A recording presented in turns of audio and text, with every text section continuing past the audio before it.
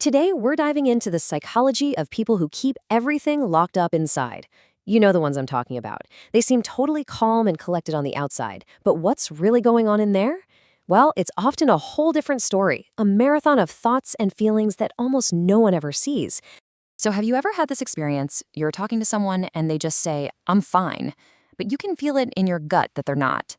They're the best listeners, right? They'll soak up all your problems, give you great advice, but the second you turn it around and ask how they're doing, it's like a soft, polite wall just goes up. You get that classic, "I'm fine," and you just know there's a whole universe of stories they're not telling. Well, there's actually a psychological term for this whole thing. It's called emotional suppression. And it's pretty much what it sounds like. It's when you hold your feelings inside instead of letting them out. But here's the twist, and this is super important. It's not about feeling less, not at all. In fact, it's usually about feeling everything and just not knowing what to do with it all. And that leads perfectly to this quote. I mean, this just hits the nail on the head, doesn't it?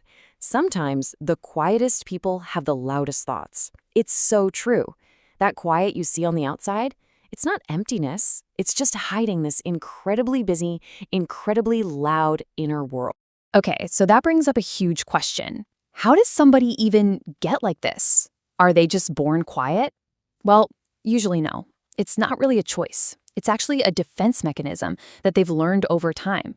The path to this kind of silence is often pretty simple, and it usually starts way back. Think about it. Step 1. You open up, you share something you're feeling, but then, step 2, you get ignored. Or worse, you get judged for it. So what happens? Well, your brain is smart. It's a learning machine, and it learns a very powerful lesson from that experience. Silence, it decides, is a much safer bet. And that's the lesson right there. The brain basically writes a new rule for itself. Talking about my feelings is not safe. It's a survival tactic, really. To avoid that pain of being dismissed, to avoid feeling like you're a burden on people, you just stop. You decide it's a risk that's not worth taking. So instead of letting feelings out, you start storing them up, and silence becomes your shield. All right, so we've talked about how this happens. Now let's pull back the curtain a little bit. What's actually going on inside that quiet mind? What does that internal world they keep so private really look like? For starters, their mind is always working. Because they don't process things out loud, they do it all internally. They'll analyze every single conversation, replaying situations over and over again. You know that tiny awkward thing you said at a party and forgot about 2 seconds later? They might think about it for days, wondering what they should have said instead. Their mind just doesn't really have an off switch. And here's something that might surprise you. A lot of this silence comes from a place of deep empathy. It's not that they're selfish or don't want to connect. It's the exact opposite. They worry that if they share their problems, it'll just make other people uncomfortable or sad. They'd honestly rather carry the whole weight themselves than risk feeling like a burden to someone they love. So because of all this, they naturally fall into a specific role, don't they? They become the strong one, the rock, the person everyone goes to with their problems, because they're such a good listener. But here's the catch-22. Because everyone sees them as this unbreakable pillar of strength, nobody ever thinks to ask if they need support. And that just pushes them deeper into silence.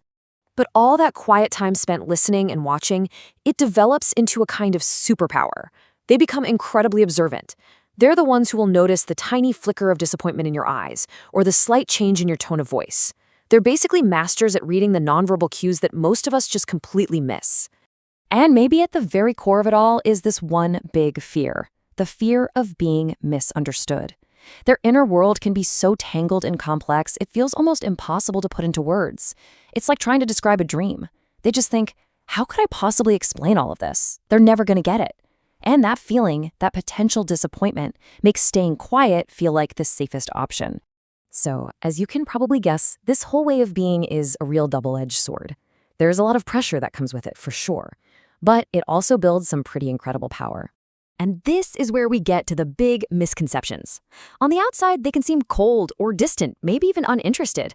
But the reality on the inside, it's the total opposite. They are feeling so deeply. They're caring so much. They've just learned from experience that it's not always safe to show it. And here's that two-sided coin in action. Let's talk about the pressure first, the challenges. All that bottling up can lead to a ton of overthinking, anxiety, and sometimes total emotional burnout. I mean, those feelings have to go somewhere, right? But then there's the other side, the power, the strengths.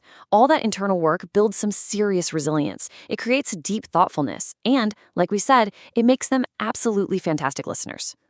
Okay, so we've got all this context now. What do we do with it? How do we actually build a bridge to understanding? How can we connect better?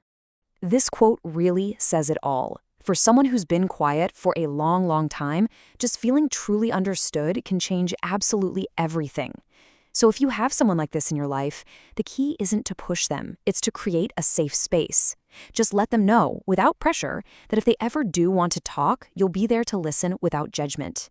That silent invitation can be a total game changer for them. And hey, if you're watching this and you're the one who keeps everything inside, please hear this. It's so easy to get locked into that role of being the listener for everyone else. But your feelings, your struggles, they are just as important and just as valid as anyone else's. You deserve to be heard too. So let's just leave it on this final thought. Take a second and really think about it. Who in your life needs a safe space to speak? Maybe it's a friend, maybe it's a family member, maybe it's you. Who is just waiting for that safe harbor to finally open up? And more importantly, what's one small thing you can do to help build it?